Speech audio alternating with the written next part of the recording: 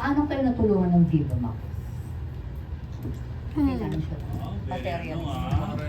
Ako, gimit pa rin po ako hanggang ngayon. Gimit pa rin. Hindi, parang, syempre na-realize ko lang pala kapag nagkatrabaho ka na, kasi ito po yung first work ko. Yes. At nung una, hindi ko naman kailangan talaga magtrabaho, pero ngayon, parang, kung gusto kong mabuhay na komportable talaga ako, na feel ko nasa right age naman na rin po ako. So, na-realize ko lang din na, habang lumalaki yung sahod mo, lumalaki yung trabaho mo, mas lumalaki yung gastos. So, ayun, parang grind lang ng grind. Work lang ng work hanggat kaya. Ayun, pahinga na lang kapag nagkasakit. Tama po ba yung question? Paano ako natulungan ng Viva? Yeah, actually, starting na po na, nag-start na po ay construct yung bahay ko. Wow, Yay! Because of Viva. And syempre, sobrang natulungan nila ako kasi nga, may mga bagay ako ng mga, may mga bagay ako na dito, hindi ko nagawa before, na which is nagagawa ko na, yun nga, like, na uumpisa na rin yung bahay ko, and of course yung family ko, natitreat ko na rin sila, nadadala ko na rin sila kung saan-saan. And ayun, syempre may mga ipon din ako.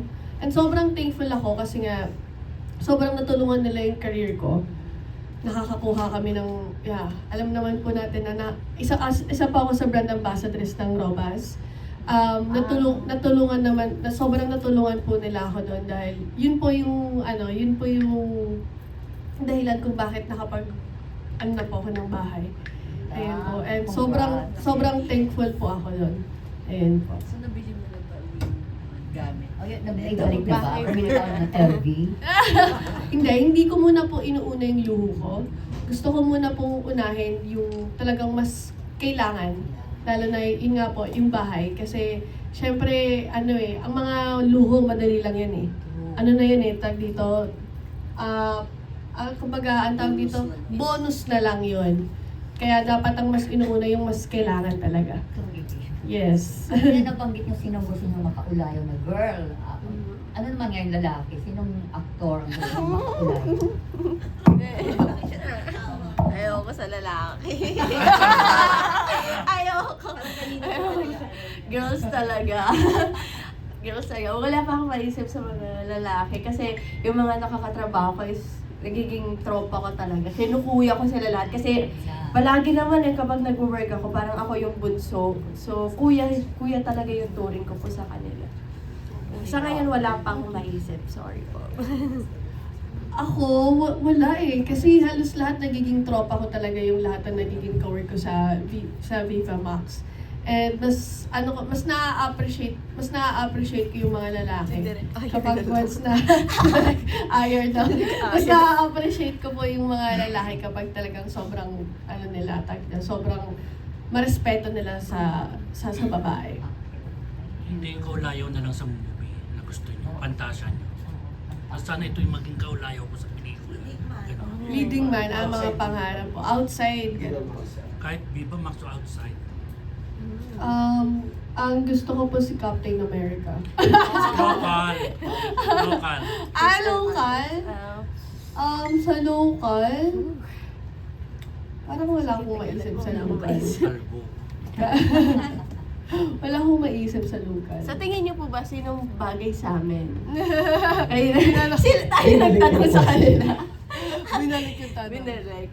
Wala pa po sino ba? Si Sam Concepcion? Matino naman siya. Wala naman ako naririnig na issue sa kanya. Hindi kasi ako maano sa mga artista lalaki. Final question. I just have one final question. What are your thoughts on kaulayo or friends with benefits? Kung nagbe-benefit ka, di ko okay na. Diba? Kung nakukuha niyo naman pareho yung gusto niyo, edi good for you.